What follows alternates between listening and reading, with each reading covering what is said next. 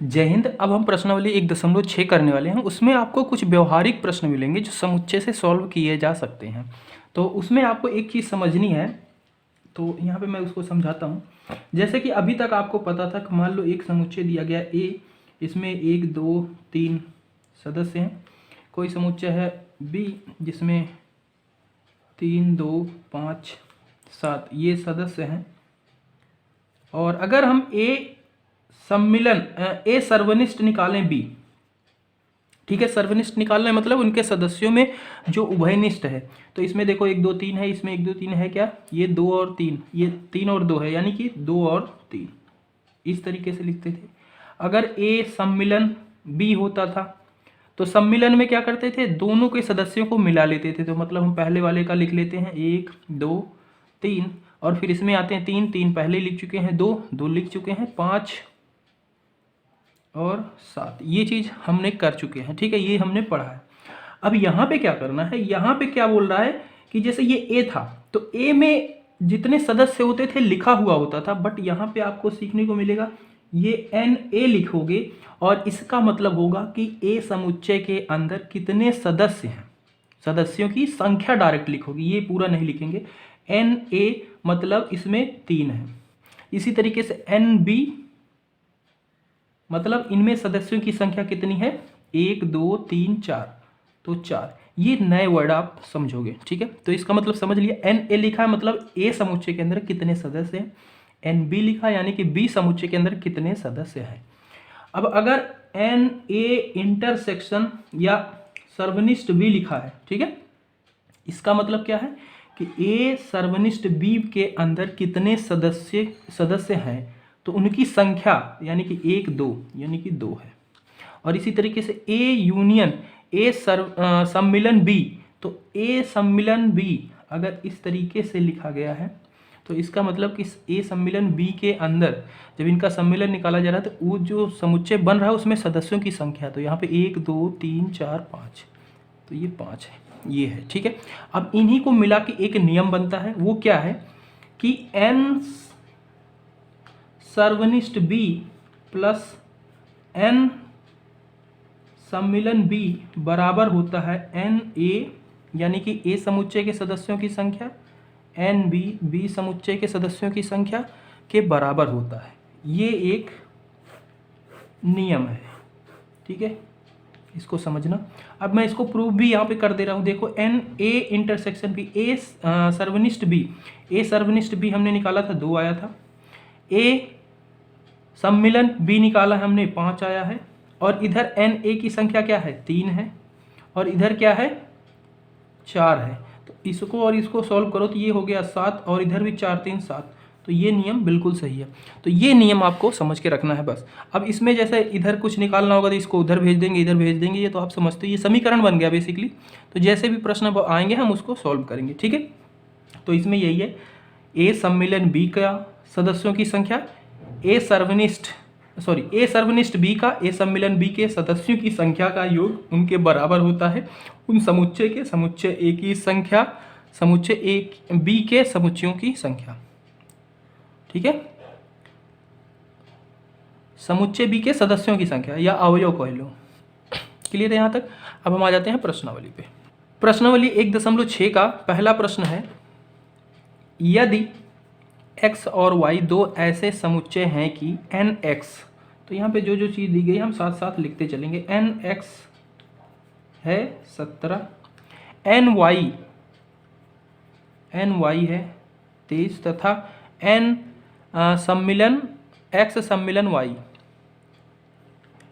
समुच्चय x सम्मिलन y के सदस्यों की संख्या है 38। तो n x सर्वनिष्ठ y, तो x सर्वनिष्ठ y के सदस्यों की संख्या आपको निकालनी है। अब हमें नियम पता है क्या, सबसे पहले उस नियम को लिख लो। x सर्वनिष्ठ y plus n x सम्मिलन y बराबर n x plus n y, ये नियम है। ठीक है, ये नियम है, इसको लिखा। अब इनमें जो जो मान आपको पता है इसमें रख दो और एक समीकरण बन जाएगा और हल कर लेंगे। तो x सर्वनिष्ठ y ये हमें निकालना ही है, तो इसको तो वैसे ही रहने देंगे, ठीक है। फिर उसके बाद n सम्मिलन y के सदस्यों की संख्या, तो यहाँ पे है 38 लिखेंगे। n x के समुच्चयों की संख्या, समुच्चय में सदस्यों की संख्या ये है 17। y के समुच्चयों में सदस्यों की संख्या ये है 23। और 17 और 23 को जोड़ेंगे, ये हो जाएगा 30, 10, 40, 38 इधर क्या है जुड़ा हुआ है, उधर जाके क्या हो जाएगा माइनस हो जाएगा, घट जाएगा। और इधर x सर्वनिष्ठ y, तो 40 में से 38 जाएगा तो 2 आएगा, यानी कि x सर्वनिष्ठ y जो समुच्चय है उसमें सदस्यों की संख्या कितनी होगी, 2 होगी, ठीक है। तो अब हम उन समीकरण को उस तरीके से नहीं, समुच्चयों को उस तरीके से नहीं सॉल्व कर रहे हैं, हम उनके संख्याओं के आधार पर सॉल्व कर रहे हैं कि उसमें कितने सदस्य हैं बस, ठीक है। तो ये इसका सॉल्यूशन हो जाएगा। दूसरा प्रश्न है, यदि x और y दो ऐसे समुच्चय हैं कि x सम्मिलन y में 18, x में 8, y में 15 अवयव हैं, ठीक है। तो ये बता रहा है x और y दो समुच्चय है जिसके अंदर x के अंदर कितने सदस्य हैं, 8 हैं, y के अंदर कितने हैं, 15 है, और x सम्मिलन y के अंदर 18 हैं। तो x सर्वनिष्ठ y के कितने अवयव हैं। तो यहाँ पे जो जो चीज़ें दी गई हम सबसे पहले उसको एक बार लिख लेते हैं। दिया है क्या क्या है, तो सबसे पहले x सम्मिलन y में सदस्यों की संख्या कितनी है, 18 है, इसको इस तरीके से लिखते हैं। और x समुच्चय में सदस्यों की संख्या क्या है, 8 है। y समुच्चय में सदस्यों की संख्या कितनी है, 15 है, या अवयव, हाँ ये है। और हमें निकालना है x सर्वनिष्ठ y के सदस्यों की संख्या। तो नियम हम लिखेंगे direct, n x सर्वनिष्ठ y plus n x सम्मिलन y बराबर होता है n x plus n y, ठीक है। इनमें वैल्यू रख दो जिसका जो मान है। x सम्मिलन y हमें पता है ये दिया गया 18, ठीक है, और ये तो हमें निकालना ही है। और इधर n x दिया गया है 8, n y दिया गया है 15, और ठीक है ये 18, और इन दोनों को पहले जोड़ लो इधर, तो ये हो जाएगा 15 और 8 कितना हो जाएगा 23। ये 18 उधर जाके क्या हो जाएगा माइनस हो जाएगा, और इधर n x सर्वनिष्ठ y, और 23 में से 18 जाएगा तो 18 2 20 यानी कि 5, यानी कि x सम्मिलन y बराबर ये आ जाएगा।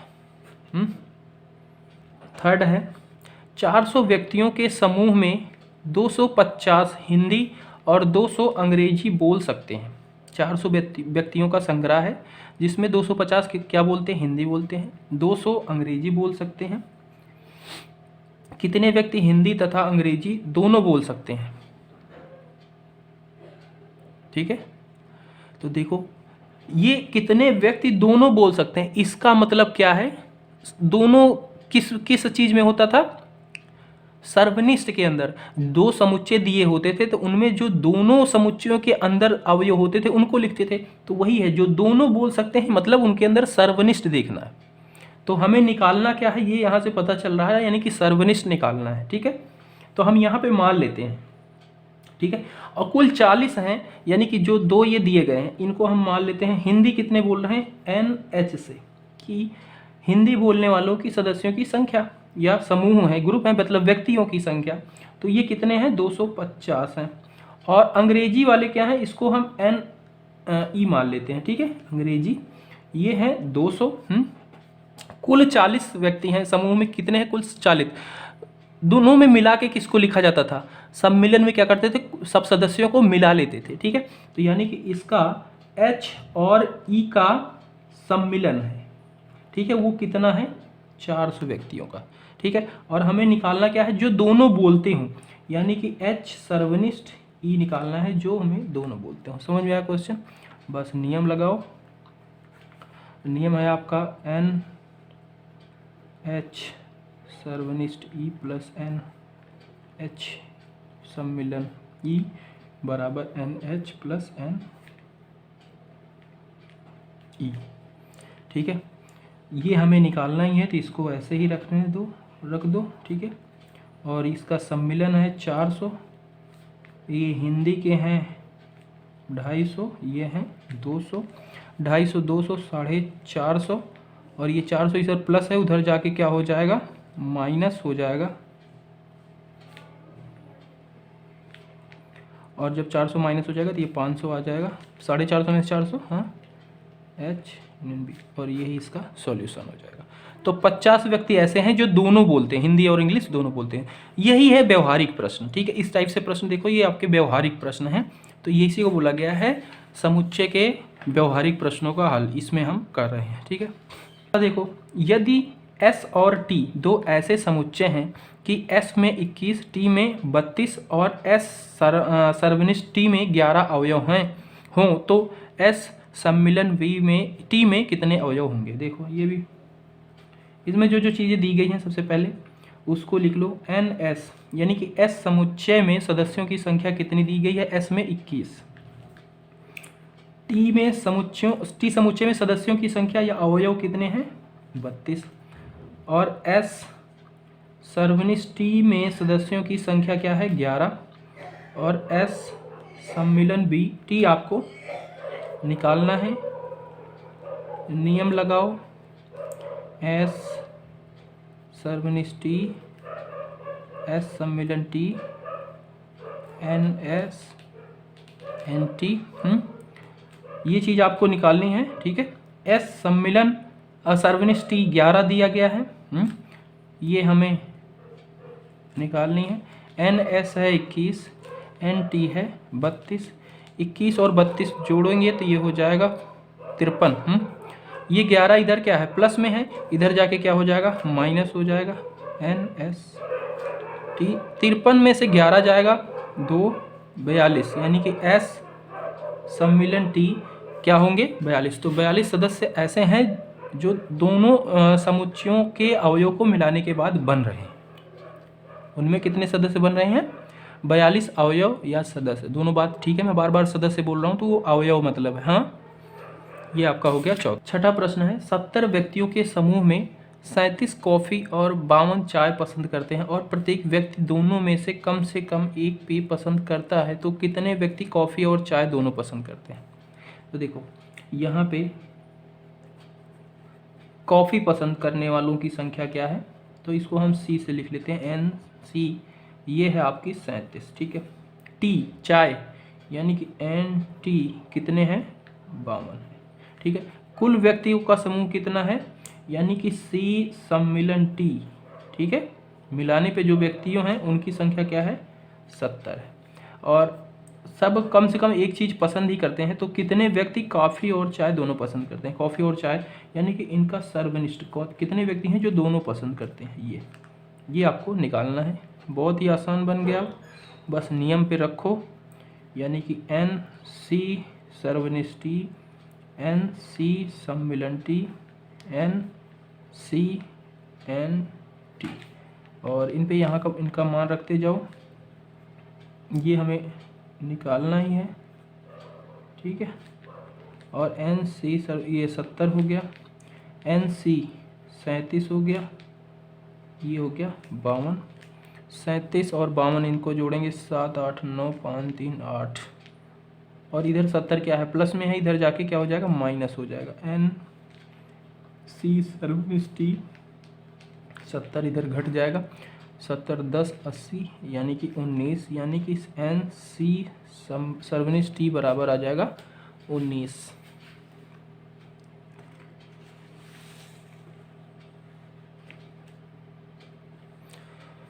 सातवां प्रश्न है, 65 व्यक्तियों के समूह में 50 व्यक्ति क्रिकेट और 10 व्यक्ति क्रिकेट तथा टेनिस दोनों को पसंद करते हैं, तो कितने व्यक्ति टेनिस को पसंद करते हैं किंतु क्रिकेट को नहीं।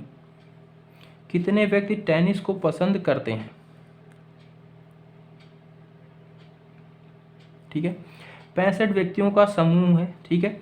तो इसमें हम टेनिस और क्रिकेट की बात हुई है ना, तो 40 व्यक्ति क्रिकेट और 10 व्यक्ति क्रिकेट तथा टेनिस दोनों पसंद करते हैं। 40 व्यक्ति क्रिकेट यानी कि NC कितने हैं, 40 हैं। क्रिकेट और व्यक्ति क्रिकेट, 10 व्यक्ति क्रिकेट और टेनिस। तो 10 व्यक्ति ऐसे हैं जो दोनों पसंद करते हैं, यानी कि उभयनिष्ठ हैं, जो दोनों को पसंद करते हैं, यानी कि सी और टेनिस है, हम उसको टी से मिला बना रहे हैं, सी टी, क्रिकेट टेनिस, जो दोनों को पसंद करते हैं, सॉरी सर्वनिष्ठ, जो दोनों को पसंद करते हैं, ठीक है, वो कितने हैं? 10 है। तो कितने व्यक्ति टेनिस को पसंद करते हैं? तो हमें निकालना है एन टी निकालनी है, किंतु क्रिकेट को नहीं, तो एन टी हमें निकालना है। कितने व्यक्ति टेनिस को पसंद करते हैं?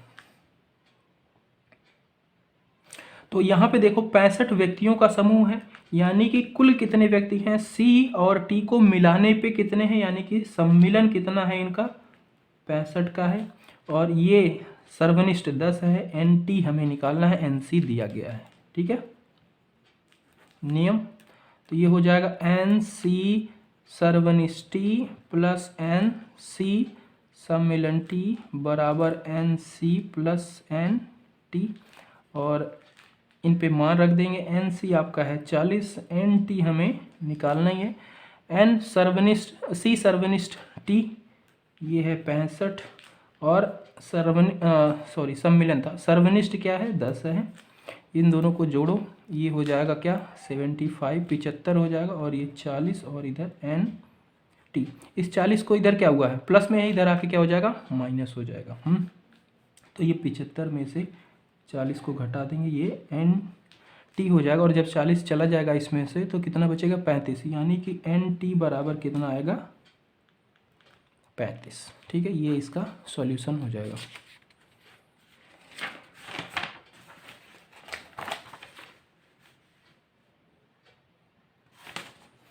आठवां प्रश्न है, एक कमेटी में 50 व्यक्ति फ्रेंच, 20 व्यक्ति स्पेनिश और 10 व्यक्ति स्पेनिश और फ्रेंच दोनों ही भाषा को बोल सकते हैं। कितने व्यक्ति इन दोनों भाषाओं में से कम एक भाषा बोल सकते हैं? ठीक है, कम से कम एक भाषा बोल सकते हैं, यानी कि इसमें क्या है? कमेटी में 50 व्यक्ति, तो इसमें दिया गया है फ्रेंच बोलते हैं, तो यानी कि एन एफ बोल देते हैं हम। ये क्या है? 50 व्यक्ति हैं फ्रेंच बोलने वाले, और स्पेनिश एस से हम प्रदर्शित करते हैं, एन एस हैं आपके कितने? 20 व्यक्ति। 10 व्यक्ति हैं स्पेनिश और फ्रेंच दोनों बोलते हैं, तो यानी कि स्पेनिश भी बोलते हैं, और उनका क्या है? सर्वनिष्ठ होगा स्पेनिश के साथ, फ्रेंच और स्पेनिश का वो कितने हैं? 10 हैं, दोनों बोल सकते हैं। कितने व्यक्ति इन दोनों भाषाओं में कम से कम एक भाषा बोल सकते हैं? यानी कि सम्मिलन कितने व्यक्ति हैं, क्योंकि सम्मिलन में क्या होता है? जो दोनों भाषाएं बोलते हैं उसको हम नहीं लिखते। हाँ, सम्मिलन में जब हम सम्मिलन बनाते हैं समुच्चय का, तो उसमें जो सदस्य दोनों में होता है उसको क्या करते हैं? एक बार ही लिखते हैं, बार बार नहीं लिखते। तो यहाँ पे हमें इसका निकालना है सम्मिलन, फ्रेंच और स्पेनिश का सम्मिलन, ये नियम बन जाएगा। और एन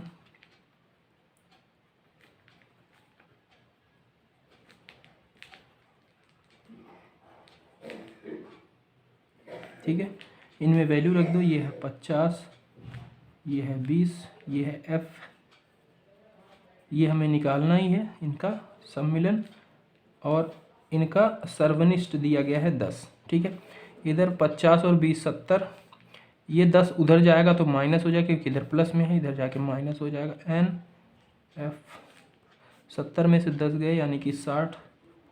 तो 60 व्यक्ति ऐसे हैं वो कम से कम एक भाषा तो बोलते हैं, या फिर वो फ्रेंच बोलते हैं या स्पेनिश बोलते हैं, 60 व्यक्ति। ठीक है, तो ये इसका सॉल्यूशन हो जाएगा। इस नोट को आप डाउनलोड कर सकते हैं, डिस्क्रिप्शन में जाइए, वहाँ पे इसका लिंक दिया गया है, वहाँ से आप डाउनलोड कर सकते हैं। बाय बाय, मिलते हैं अगली वीडियो में।